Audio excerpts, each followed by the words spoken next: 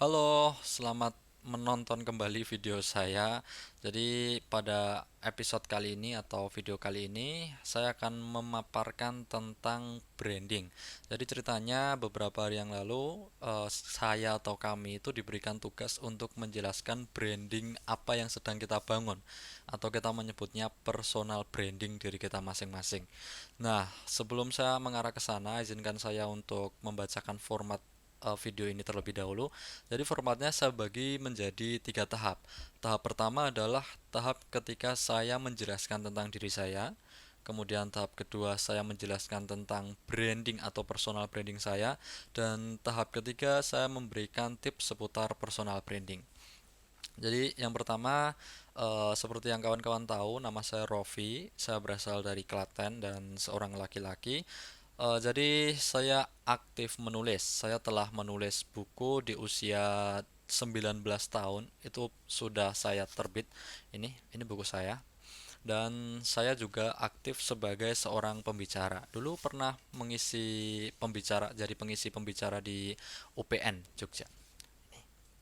Seorang pembicara.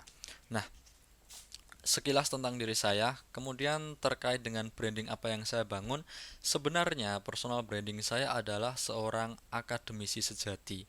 Jadi, saya berusaha membranding atau mencitrakan diri saya bahwasanya saya adalah seorang yang cerdas, mahasiswa yang cerdik dalam arti mahasiswa yang kompeten. Maka dari itu, saya berusaha sebisa mungkin menjawab pertanyaan-pertanyaan dari dosen, kemudian aktif melakukan presentasi yang bagus, kemudian berusaha menguasai tiap-tiap materi, mendapatkan nilai ujian yang tinggi. Nah, semua itu saya lakukan untuk mengkokohkan branding saya. Dan di dalam branding saya juga turut memasukkan unsur maskulinitas atau yang kita sebut atau yang kita kenal dalam struktur budaya. Maskulinitas itu bicara tentang kelaki-lakian. Jadi kelaki-lakian di sini dalam arti tidak menye-menye. Saya tidak pernah membuat video TikTok yang sifatnya joget-joget karena itu bertentangan dengan branding saya. Apa yang saya buat video-video edukasi seperti ini, bahkan kawan-kawan bisa melihat channel YouTube saya. Dan di Instagram saya juga banyak membuat konten seputar tulisan dan seputar bicara. Saya dulu pernah aktif menjadi seorang content creator. Terus yang ketiga, tips terkait branding atau personal branding. Sebenarnya kita perlu membedakan tentang yang namanya citra dan karakter.